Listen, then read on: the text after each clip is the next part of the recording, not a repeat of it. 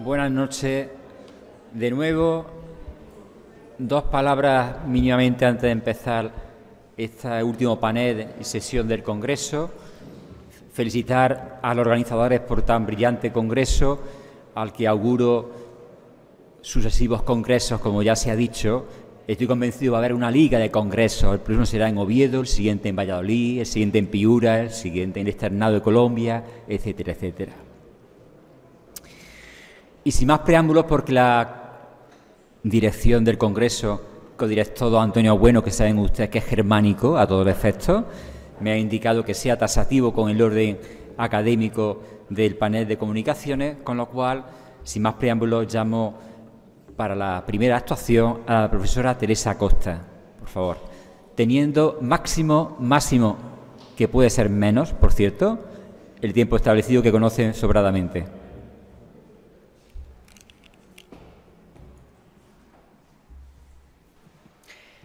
Buenas tardes.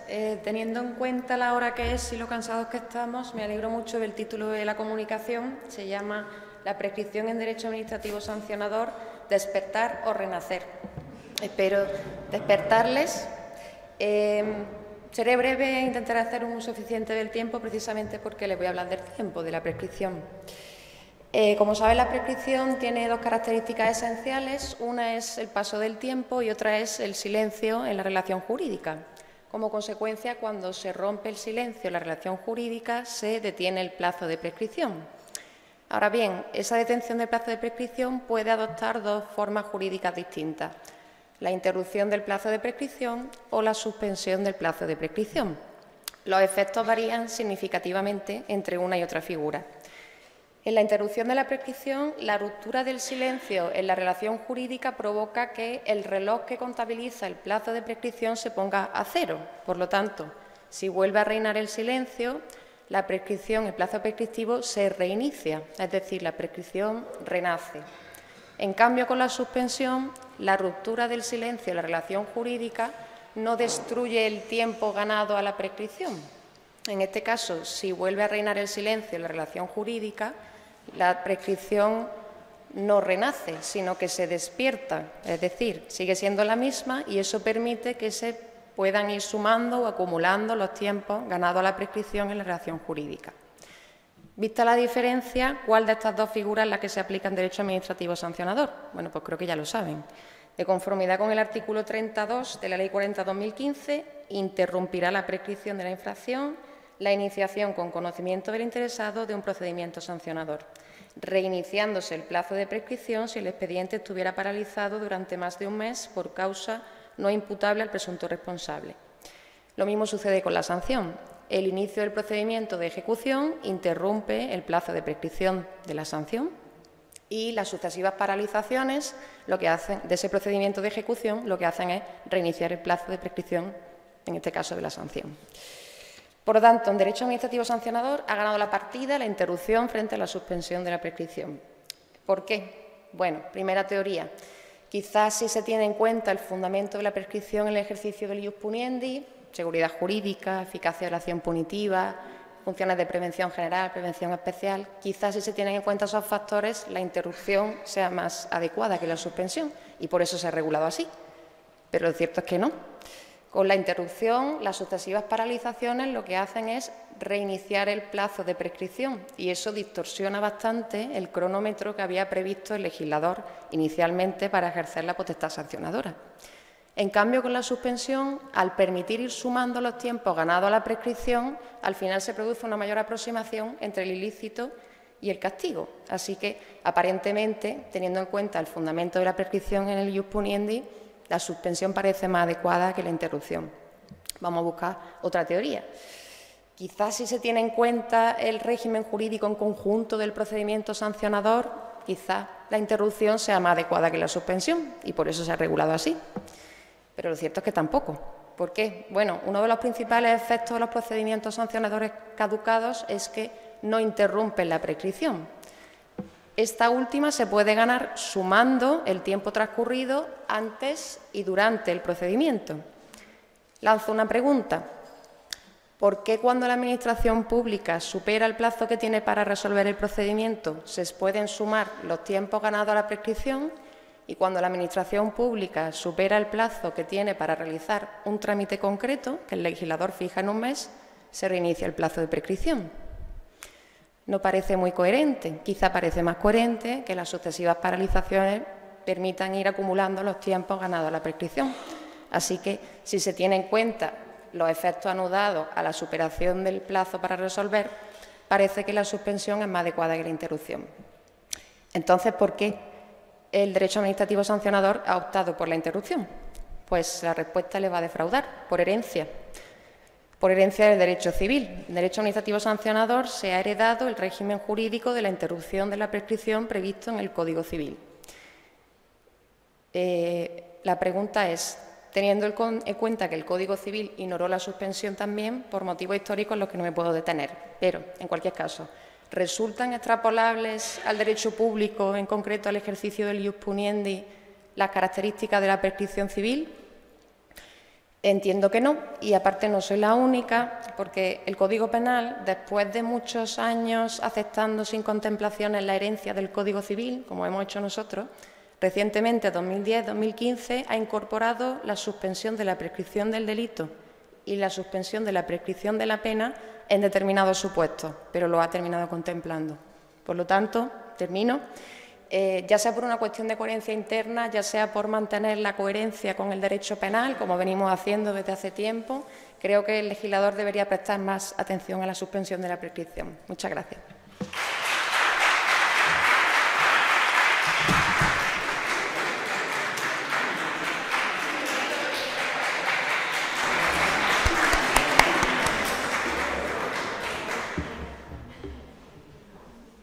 La profesora Covadonga Ballesteros, por favor.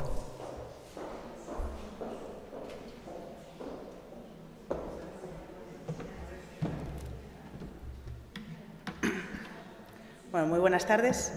Mi comunicación lleva por título Los límites al arbitraje en el derecho administrativo sancionador.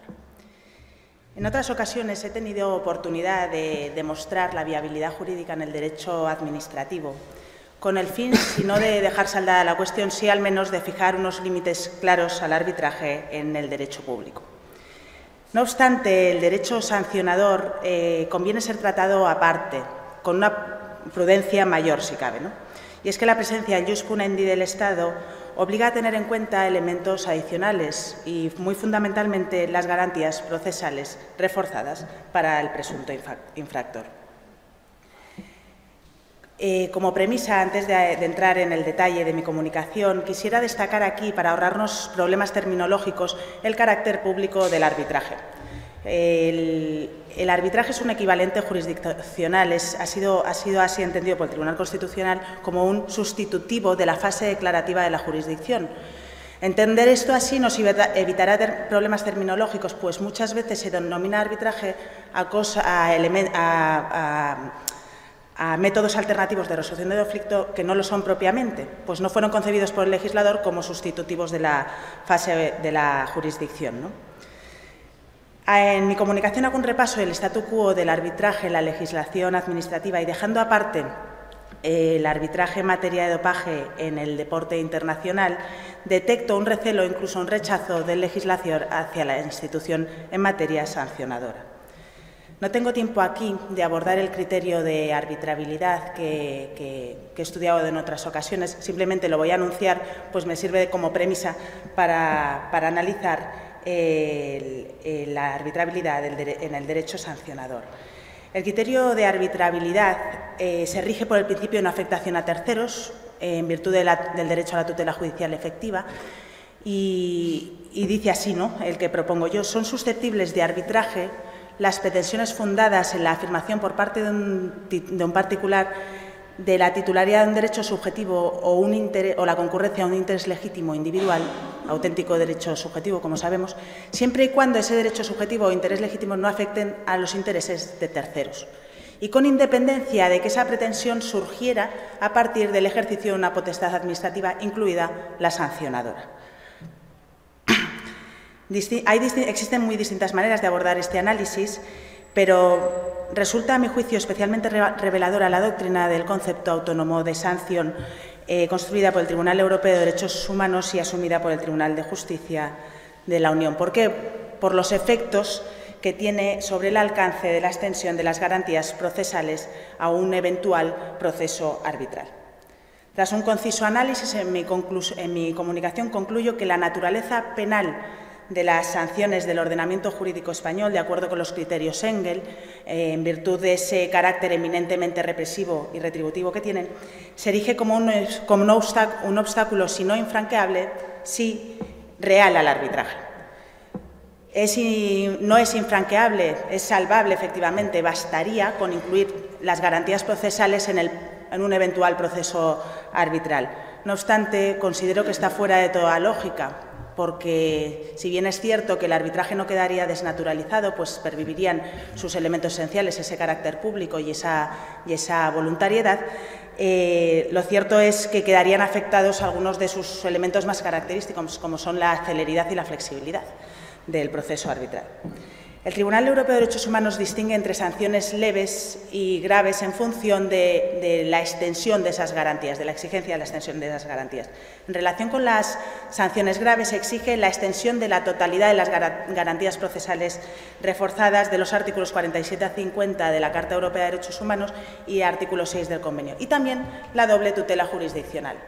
En relación a esto último, si bien es verdad que un eventual recurso de apelación al laudo no es incompatible con el arbitraje, sí que la pregunta es inevitable, ¿no? Es precisamente la excesiva duración de los procesos judiciales lo que pretenden evitar quienes acuden al arbitraje.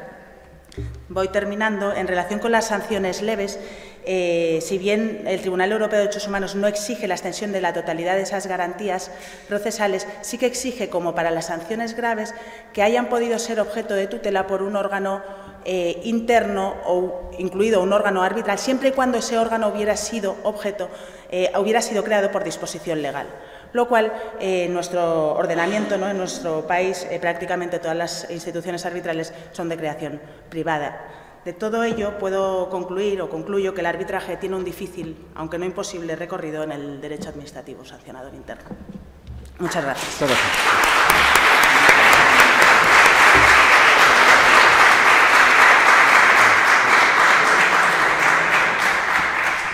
Profesora Pilar Juana García Saura, por favor.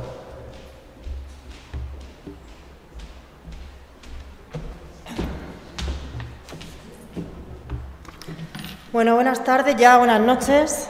Mi comunicación lleva por título La inspección automatizada sobre las viviendas de uso turístico, implicaciones jurídico-prácticas del uso del web scrapping en ausencia de actividad administrativa procedimentalizada. A ver, la actividad de inspección ejercida por las administraciones públicas ya hemos estado viendo aquí a lo largo de todos estos 2 días que ha estado evolucionando muchísimo, sobre todo en los últimos años. No quiero comenzar sin, comentar una anécdota real para que nos hagamos cargo del proceso de evolución de la actividad inspectora. Concretamente, pues un familiar mío, en la actualidad inspector de Hacienda jubilado, cuando era jovencito empezó a trabajar en el Ministerio de Hacienda y su tarea diaria consistía en revisar los periódicos de tirada nacional. Concretamente, su misión era ver las esquelas diariamente para pasarle el informe al inspector. Luego, posteriormente, obviamente, estudió una licenciatura en Derecho y opositó a Inspección de Hacienda. Bueno, pues está claro que en ese momento él siempre dice curiosamente que en ese momento, jovencito que era, pues no era consciente en absoluto de que estaba ejerciendo la actividad inspectora de la agencia tributaria. Bueno, pues de esa precariedad en medios, que eran los propios de la época, a la revolución tecnológica que se ha estado hablando esta tarde, con la inteligencia artificial, etcétera, pues se ha llegado en muy pocos años.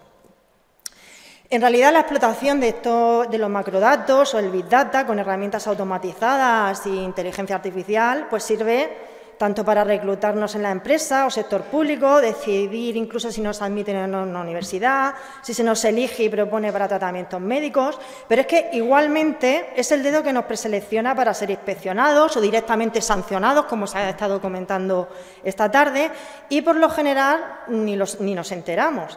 Pero es que tampoco creo que podemos estar muy seguros de que en el sector privado y también en el público que se están utilizando estas tecnologías, pues domina la situación.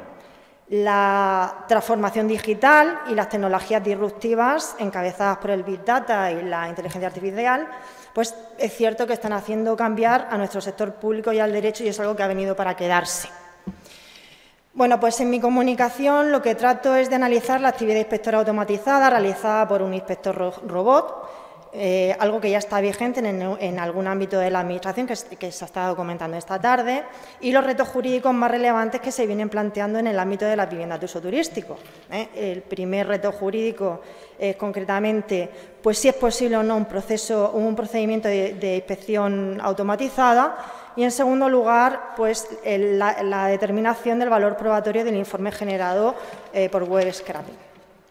Bueno, pues estos aspectos que resultan más o menos claros en el ejercicio de la inspección tributaria o laboral, donde se encuentra muy avanzada en la actualidad la aplicación de sistemas automatizados, no lo son en los demás ámbitos de inspección, como en el sector de la inspección turística, que es el caso que me ocupa. Está claro que el legislador puede procedimentar ciertas ramas de inspección cuando y en la medida que lo considere oportuno. De hecho, el legislador estatal, en la Ley 40/2015, ha establecido un régimen jurídico básico, aunque ciertamente pobre y lleno de lagunas en relación con la actividad administrativa automatizada. En el ámbito que nos ocupa, ¿es posible la inspección administrativa automatizada en el ámbito del turismo? Pues, bueno, si no conociéramos la idiosincrasia, la naturaleza y el tipo de información que ofrecen públicamente las plataformas colaborativas, pues podríamos quizá contestarla afirmativamente. Únicamente en los casos en los que los datos sobrantes en las páginas web colaborativas pues sean verdaderamente fehacientes y ciertas, pues sería posible. Pero no es el caso en materia de la inspección en materia de vivienda de uso turístico. Un aspecto también que se profundiza dentro de esta comunicación es con un ámbito muy concreto, termino ya, que es precisamente el valor probatorio que tienen estos documentos de inspección realizados por un inspector robot.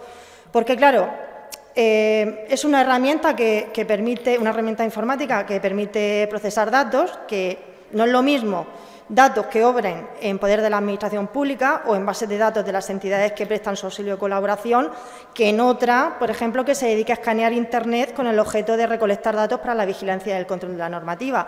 Tampoco puede ser igual si es el propio funcionario público que es el que realiza directamente, utiliza el programa de web scraping, o es una empresa externa contratada, como es el caso de las administraciones locales y autonómicas que están utilizando estos programas de inspección en materia de vivienda de uso turístico. Bueno, ya termino.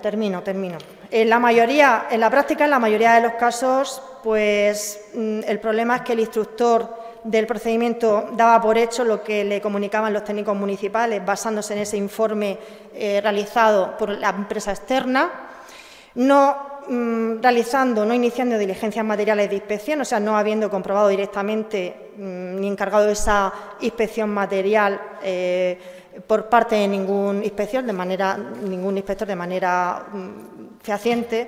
Por lo tanto, constantemente están llegando a los tribunales pues cuestiones relativas a la falta de fehaciencia. Profesora, por favor, vaya terminando. Ya termino. Bueno, pues son multitud de problemas jurídicos los que se están planteando, que tienen que ser analizados y se están aportando, cada vez más se deben aportar soluciones, porque la inseguridad jurídica es mayúscula. Y ya está, no quiero... Muchas gracias.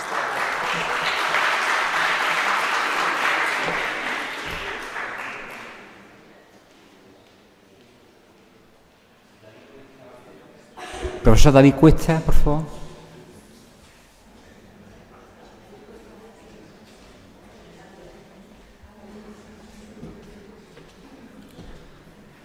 Buenas tardes. En primer lugar, me gustaría agradecer la amabilidad de la organización en darme la oportunidad de defender en este foro la presente comunicación, que lleva por título La sanción administrativa, asimetrías entre el Convenio Europeo de Derechos Humanos y el Derecho Nacional, especial referencia al doble grado de jurisdicción y a la indemnización por error judicial. El Convenio Europeo de Derechos Humanos no prevé garantías en relación con los procedimientos administrativos sancionadores, únicamente prevé garantías en relación con los procesos penales. El Tribunal de Estrasburgo ha establecido 3 criterios, conocidos como criterios Schengen y a los que ya se ha hecho referencia, para determinar si una medida concreta tiene carácter penal. El primer criterio es la calificación en el derecho interno y es decisivo únicamente cuando el derecho nacional califica una infracción como penal. En otro caso, habrá que aplicar el segundo y tercer criterio, la naturaleza de la infracción y la naturaleza de gravedad de la sanción.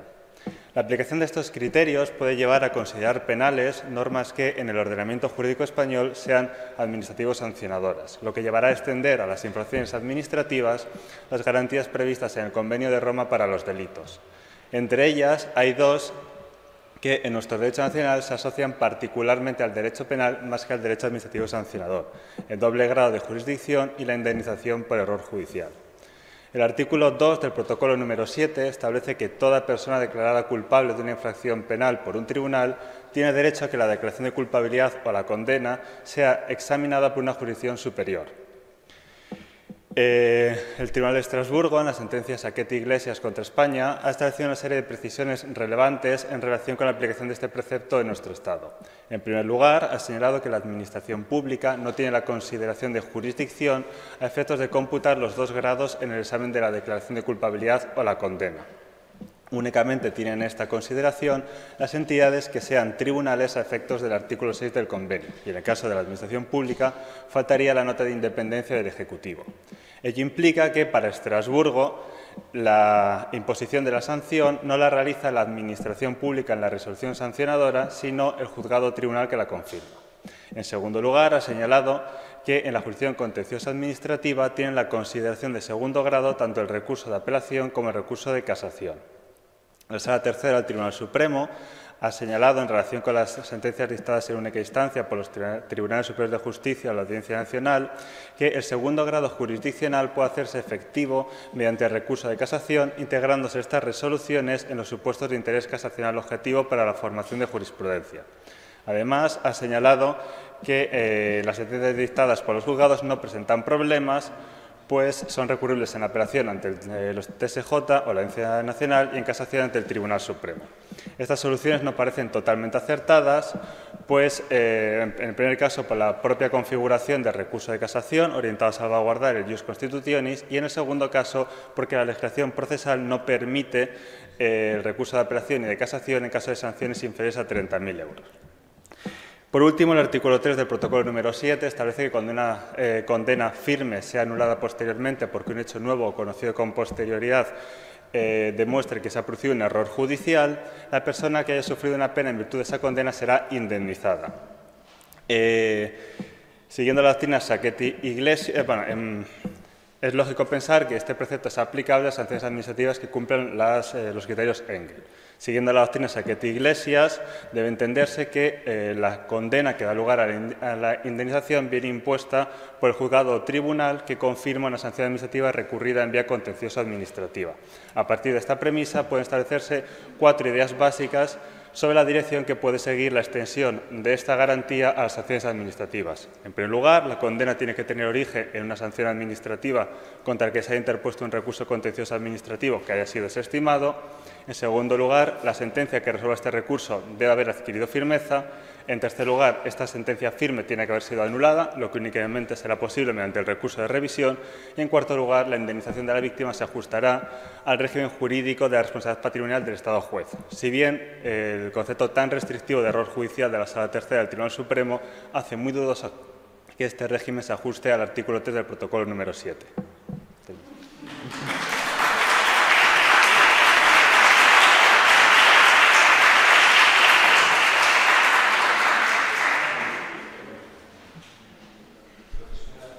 Profesora María Loreto Fernández Bacariza, por favor.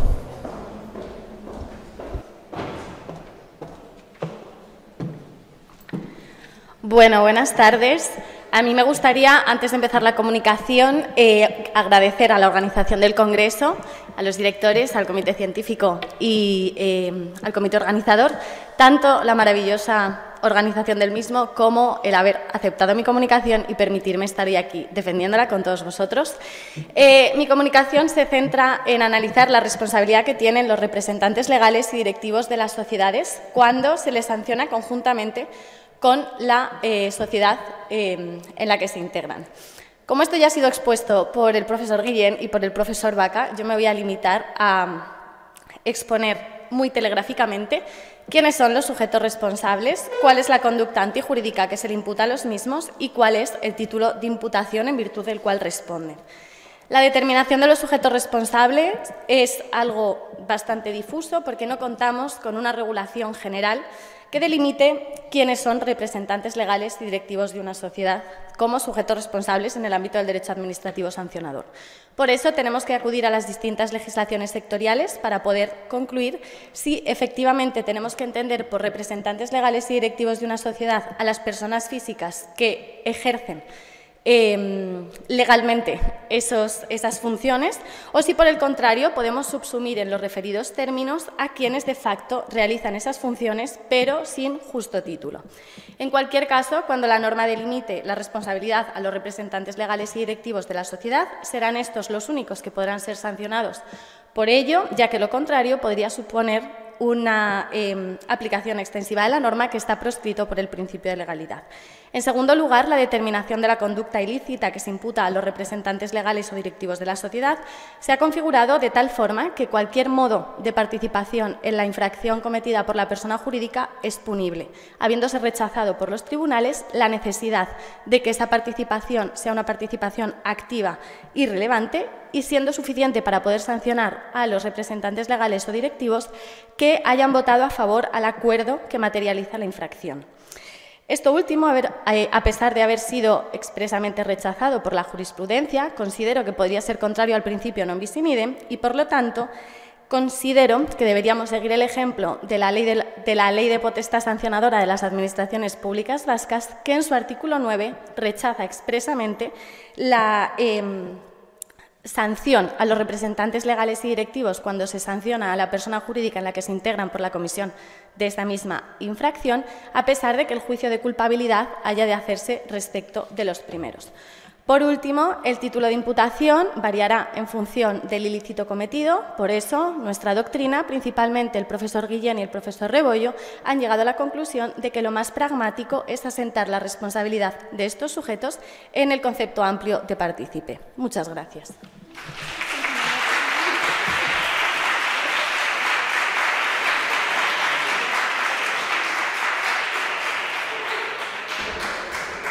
Profesor Gustavo Manuel Díaz González, por favor. Hola, buenas tardes a todos. Entiendo que se me oye bien, ¿verdad? Sí, perfectamente. Muy Cuando bien. quieras. Bien, bueno, para quienes no me conozcan, soy el autor del chiste fallido al que se refirió esta mañana mi compañero Diego Rodríguez Embellín al inicio de su magnífica ponencia. Y por los motivos que él ha señalado, no voy a comenzar tampoco con ningún tipo de chascarrillos y, en cambio, quiero felicitar en primer lugar al comité organizador por este magnífico evento y agradecer en segundo lugar la oportunidad que me brinda al aceptar mi comunicación y permitirme defenderla por estos medios, dado que no me ha sido posible acudir a Córdoba como me habría gustado. En la comunicación, como se desprende de su propio título, me acometo un examen crítico de la sentencia del Tribunal Constitucional 69/2024 de 24 de marzo, por la que se estimó la cuestión de inconstitucionalidad promovida por la Sala Tercera del Tribunal Supremo en relación con el límite sancionador mínimo fijado en 5.000 euros en el artículo 17 bis, apartado tercero B de la Ley Orgánica de Financiación de Partidos Políticos para los supuestos de comisión de la infracción consistente en la superación de los límites de gastos electorales fijados en la Ley Orgánica de Régimen Electoral General entre un 1 y hasta un máximo del 3%. Esta resolución se incardina en un contexto jurisprudencial caracterizado por la extraordinaria deferencia que se reconoce por parte del Tribunal Constitucional al legislador en la configuración de los regímenes sancionadores, y desde esta perspectiva yo me planteaba si con esta estimación de la cuestión de inconstitucionalidad se podría entender que el Tribunal Constitucional abría la puerta a ejercer la fiscalización del régimen sancionador, de la legalidad sancionadora, al amparo o sobre la base del principio de proporcionalidad de una manera más estricta de aquí en adelante.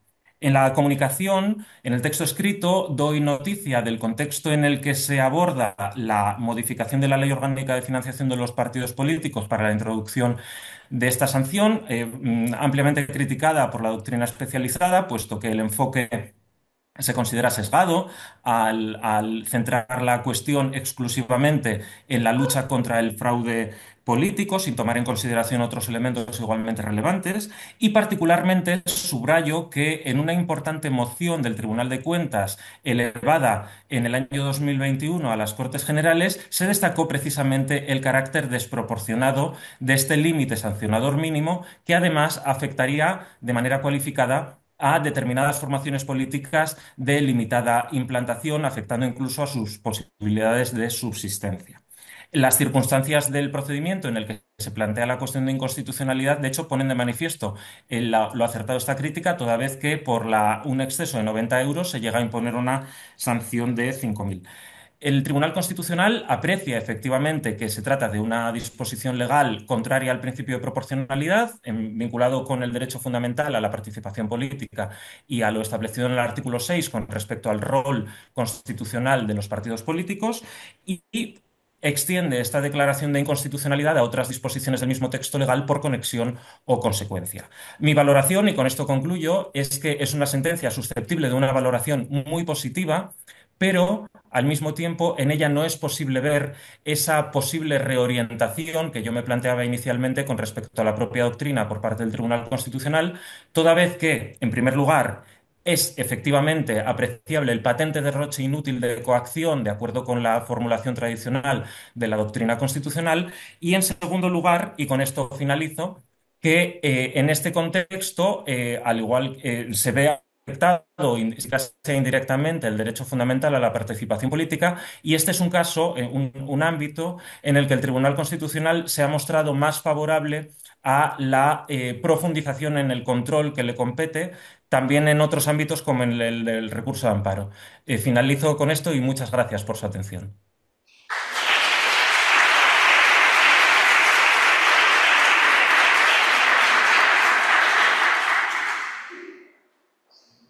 Siento ser el malo en la película a veces. Profesor Iván Rodríguez Florido. Buenas tardes, buenas noches ya. Buenas noches, cuando quiera tiene la palabra, profesor. Sí. Bien, en primer lugar, agradecer a los directores del Congreso, profesor Alarcón y profesor Bueno, así como a los miembros del comité organizador y comité científico del mismo, por la oportunidad de participar en semejante foro, así como, siendo la última de las comunicaciones, con objeto de causa, ¿no? Puedo trasladar mi enhorabuena por cómo ha ido todo el Congreso y por la organización y muchos éxitos para el futuro. Bien, trataré de ser muy claro por el objeto de la materia que hablo y por las horas que son, ¿no? El objeto de mi comunicación versa sobre la transparencia, el acceso a la información pública y las sanciones administrativas, y todo ello partiendo del cambio de paradigma, ¿no? Que han sufrido las administraciones públicas en la última década con la promulgación de las leyes en la materia. Ver cómo encaja todas estas obligaciones y este nuevo paradigma de las administraciones, ¿no? En una de las potestades clásicas como es la administrativa sancionadora. A la luz de todo ello, en definitiva, me planteo si se puede acceder a información en materia de procedimientos sancionadores, con un matiz y dos premisas. El matiz, en primer lugar, me refiero a información, ¿no? Sobre la cual permite conocer la identidad de los infractores o permite incluso conocer documentos o acceder a expedientes sancionadores sin ostentar la condición de interesado, ¿no? A través de las normas de transparencia. Y todo ello con dos premisas. La primera de todas, el concepto amplio de información pública, ¿no? Que abarca toda aquella información, todo aquel documento que obra en manos de la Administración. Y en segundo lugar, que sobre el aspecto sancionador no existe una prohibición de acceso por razón de la materia, como sí que ocurre en otras normas, como por ejemplo en materia tributaria con los datos de trascendencia tributaria y el artículo 95 de la Ley General Tributaria. Bien, en la comunicación analizo, ¿no?, estas manifestaciones del principio de transparencia por lo que respecta a la publicidad activa y al derecho de acceso. A grandes rasgos, ¿no?, en materia de publicidad activa, cabe reconocer que las normas no han reconocido la obligación con carácter general de la Administración de publicar toda aquella información de trascendencia en materia sancionadora. Únicamente algunas normativas autonómicas sí que lo han reconocido en materia de subvenciones, en menor medida en materia de servicios públicos, infracciones de altos cargos o incluso en infracciones de las propias normas de transparencia, pero digamos que no se ha reconocido con carácter general esta obligación de publicidad. Sin perjuicio de ello, y esta es una cuestión que me ha parecido muy interesante encontrarme al abordar este tema, la realidad es que la publicidad en el ámbito sancionador es una figura arraigada en nuestro ordenamiento. Ya en su momento el profesor Sebastián Martín Retortillo, ¿no?, identificó que en la segunda mitad del siglo XIX, en materia de policía de ferrocarriles, ¿no?, ya la normativa instaba a los gobernadores civiles a publicar en los respectivos boletines, ¿no?, las quejas presentadas, así como las multas impuestas, ¿no? Bien, esto llevó a un cierto debate también, ¿no?, sobre si esta publicidad de las sanciones tiene en sí misma un carácter sancionador o no. Autores tan relevantes como los profesores Huergo o Rebollo, ¿no?, han considerado que la publicación constituye una sanción porque su función es causar un daño al infractor, ¿no?, y esa es la función típica de las sanciones. Autores como el profesor Sebastián Martín Retortillo consideran que no, que si bien se presupone la existencia de una sanción, la publicidad es una medida complementaria o accesoria, ¿no? A juicio del Tribunal Constitucional, en la sentencia 23/2022, si bien la publicidad puede tener un cierto carácter disuasorio o un componente aflictivo, ¿no?, para que se pueda considerar como sanción, en materia de comisión de infracciones en la Ley de Mercado de Valores consideró que no constituía una sanción en sí mismo la publicación de la identidad de los infractores. Bien, en materia de publicidad activa hay una tendencia al alza. Cada vez las normas sectoriales, especialmente inspiradas en la normativa comunitaria, imponen más obligaciones de publicidad activa. En la comunicación cito algunas de ellas. Destaco simplemente la normativa de la CNMC y la Comisión de Valores, que incluso publican, no tanto en boletines oficiales, sino en sus perfiles también, la incoación de procedimientos sancionadores. Y bien, la comunicación también concluye con el tema del derecho de acceso a la información pública, ¿no? Con esto acabo, 3 premisas simplemente. Sobre el acceso a información de personas físicas sí que existe un límite en la ley lo considera un dato especialmente protegido. Y en cuanto a personas jurídicas, pues hay que estar al análisis casuístico, caso por caso, analizando el test del daño, ¿no?, que sobre todo se han manifestado a través de los límites de la investigación y sanción de ilícitos administrativos, y también el límite relativo a los intereses económicos o comerciales. Aquí hay disparidad de criterios, especialmente hay una jurisprudencia menor del TSJ de Cataluña que considera que acceder a esta información vulnera, ¿no?, los derechos e intereses económicos comerciales de los infractores, pero considero que aplicando este paradigma de la transparencia seguramente queda ámbito por recorrer. Bien, muchas gracias a todos por vuestro tiempo.